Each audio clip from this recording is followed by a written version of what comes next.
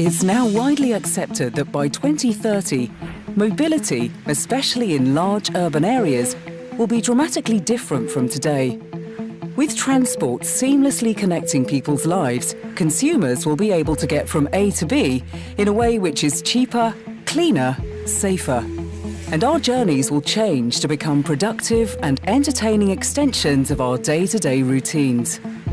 With segments of the population, such as the young and the elderly, set to benefit from wider access.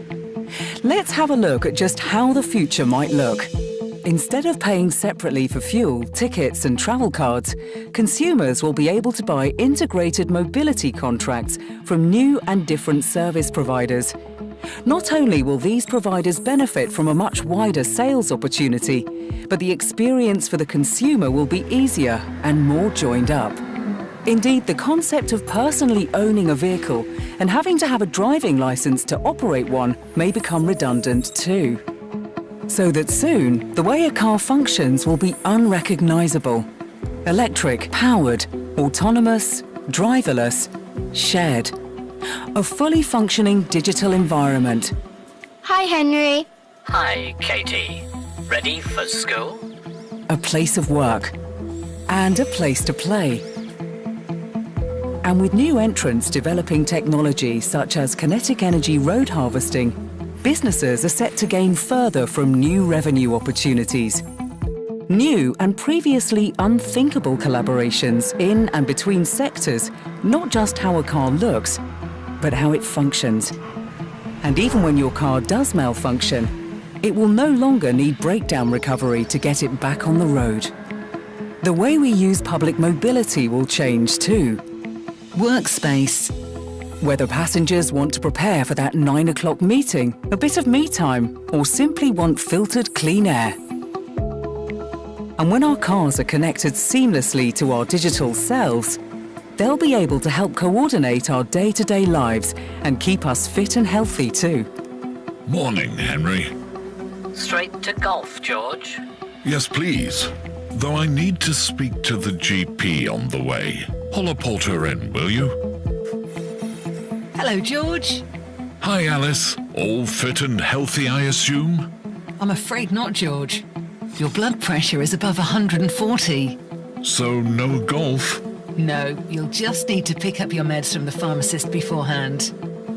And with the car able to place orders and send instructions, customers can pick up their prescriptions and the rest of their shopping seamlessly. Of course, this is just one version of the future. What is certain is that we are at the beginning of a truly transformational journey. We will see shifts in traditional business models. We expect to see two very different business archetypes existing side by side. So-called metalsmiths will continue to follow the current model of manufacturing ever more sophisticated hardware, the cars themselves. Meanwhile, an all-new archetype, the Gridmaster, will arise. The successful Gridmaster is not only a vehicle manufacturer, they also provide the platform for a variety of customer services. This means, as well as seamless travel from A to B, they can offer consumer-centric products and services by harvesting and using data at the customer interface. While each archetype will compete against a very different group of players, both will have an important role to play. By 2030, a new mobility services segment worth well over $1 trillion will emerge from products and services related to autonomy, mobility, and connectivity. We believe that future success will only come through an unprecedented degree of collaboration and through design and thinking across government and business.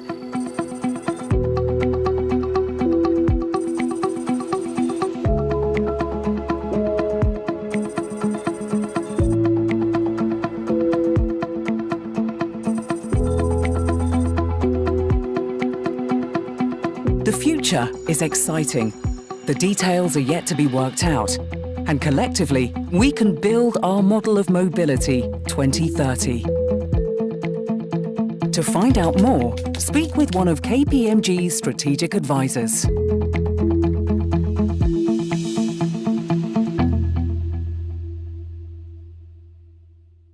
Great stuff. So that's not just a fancy video we put together. That is, years and years of research has gone into what we genuinely believe is the vision of the future of mobility in 2030 and beyond. At KPG, we've got a theory that sectors are converging, and it's technology that's helping the sectors converge, particularly connected technology and the Internet of Things. And the mobility ecosystem is probably one of the best examples of such an ecosystem that is converging around technology. Sector value chains, your traditional linear value chains, are all merging into these much more complicated and interconnected ecosystems that we're looking at. It's really important for organisations to work out what part they think they will play within that value chain. So as an insurance business, as an insurance micro ecosystem within that, what role is insurance going to play in that overall ecosystem? Where's it going to play, and how's it going to win? Those are some of the key questions to consider.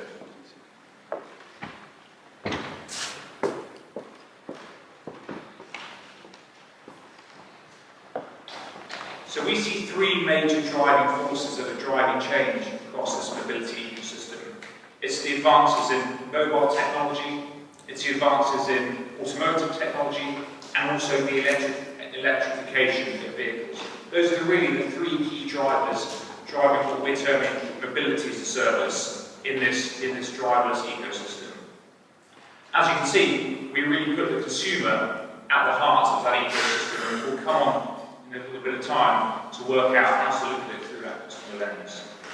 And really, as we mentioned before, the impact of this change is going to have impacts across multiple sectors: automotive, telecoms, tech firms, as well as insurance and other finance providers.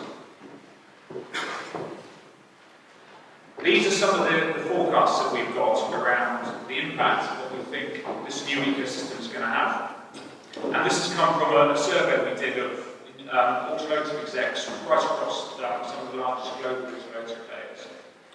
They think with the growth of more efficient and convenient mobility services, that personal vehicle ownership is going to significantly drop, possibly by up to 50%. That has profound implications across many different sectors.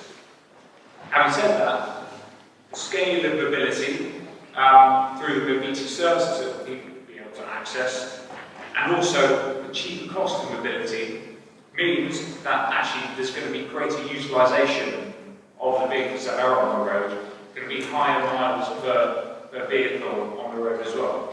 So much more efficient use of the assets that we've got out there in the economy. One thing that we really think all firms need to consider very, very carefully is this point in the bottom left-hand corner there. We think the number of major ecosystem players could well decline and consolidate within this environment.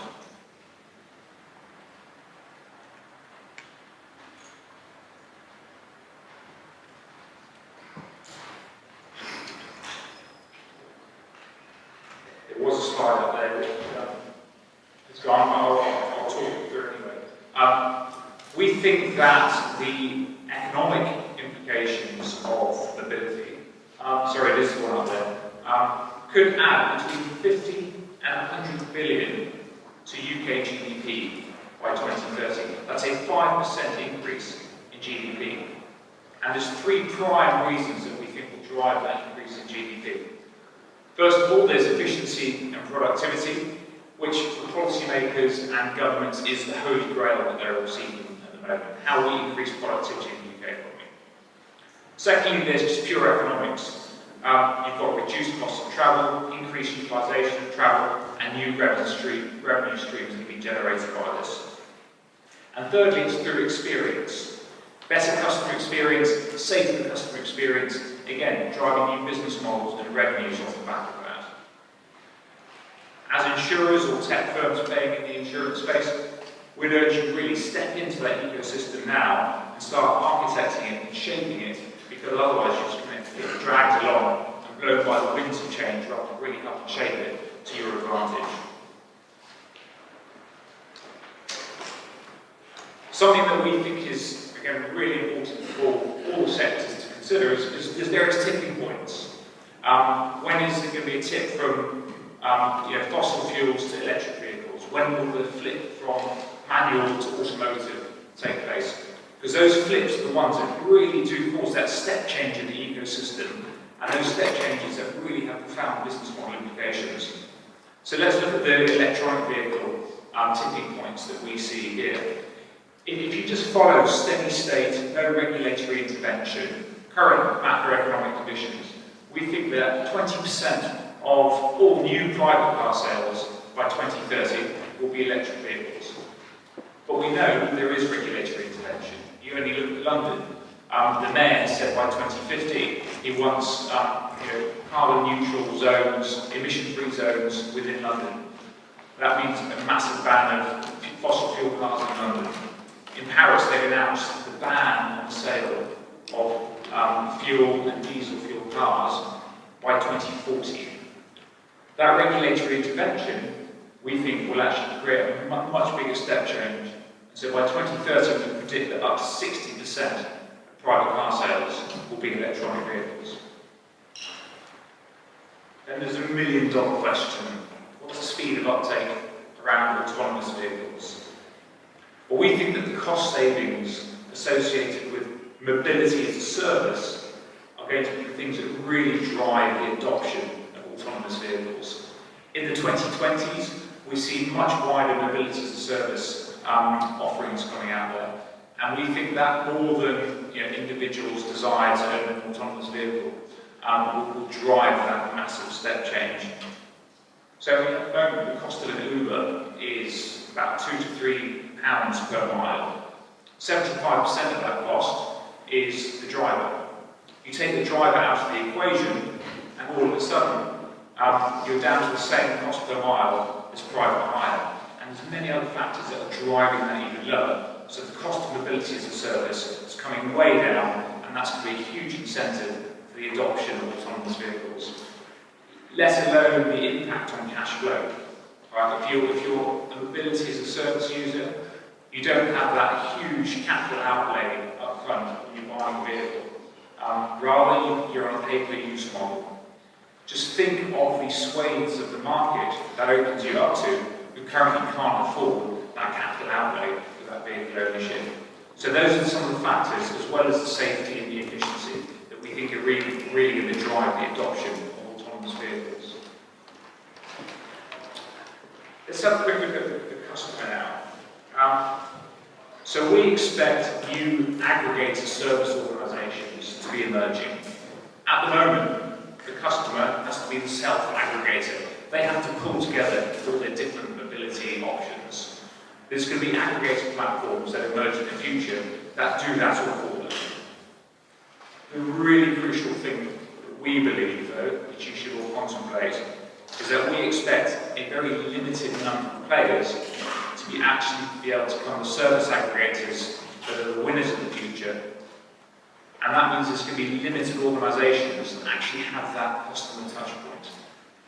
A lot of the players in the ecosystem will be shielded from the customer. So is insurance going to have a customer touch point, or is that going to be through one of these service aggregators? I'll briefly touch on this. This just shows you the economic prize that is out there. At the moment, we think the value of a vehicle, private vehicle today, is about £50,000. Look ahead to 2030, a mobility as a service, fully automated vehicle. We think that the value that that vehicle could derive is between £300,000 and £500,000. That's purely, well, not purely, mostly downstream revenue services that we think are driving that. So the vehicle's being utilised a lot more, but there's also a lot of digital revenue services that get wrapped around that vehicle. The question for insurers is, where on earth would insurance play in capturing those revenue streams? I'll just show you some ideas of where that could be. It could be some driving services, it could be safety alerts, vehicle alerts, being a risk partner for the driver while in the car. Those preventative services that we heard about in the presentation before. It could be in case of an accident, SOS reactions, or accident alerts, or crash reconstruction. That's where insurers could play in this value chain. Or when the car's parked, it could be stolen car alerts and stolen car recovery. So those downstream revenue opportunities will certainly create some opportunities for the insurers that are close to this and are working out how to get their share of the pie. Now, many people, when they think about what is the impact of all of this on insurance, are purely thinking automotive insurance. Yes, that's right, frequency and severity will be severely impacted and change risk rules. But actually, there's going to be impacts on life and annuities. There's going to be impacts on health insurance, on workers' comp or PI. Life insurance could be changed, the mortality tables could be changed by much lower accident and deaths on the road, particularly for younger drivers. Health insurance could change not only because of the health costs associated with a personal accident, but also you saw, I forget the chap's name in the video in the car, talking to his GP. This could be health and well-being services provided in the car, which may well help bring down the cost of health insurance as you bring in those preventative well-being services. So as you can see, there's a wealth of impacts on the insurance sector. Time is short, so I'm not going to go through all of them. But one thing that staggered us in the conversations with executives we've had right across the world is there's very common consensus on the significant impact. So this is chief execs from some of the 250 of the biggest insurers in the world. 85%, 84% of them think there will be a significant impact post-2025. However, if you go all the way to how far they've developed the strategic thinking around this, you're down to a small number of 10%. Which means despite the profound impacts that Mobility 2030 are going to have, our belief is that, yes, insurers are starting to get in the game, but they're still significantly underprepared, which with different competitors coming in, be they OEMs wanting to participate in insurance, insurtechs coming in and taking a slice of the value chain, telcos coming in and taking a slice of the value chain. This is really the time to start thinking about how you shape your strategy 5, 10 years beyond now. Thank you.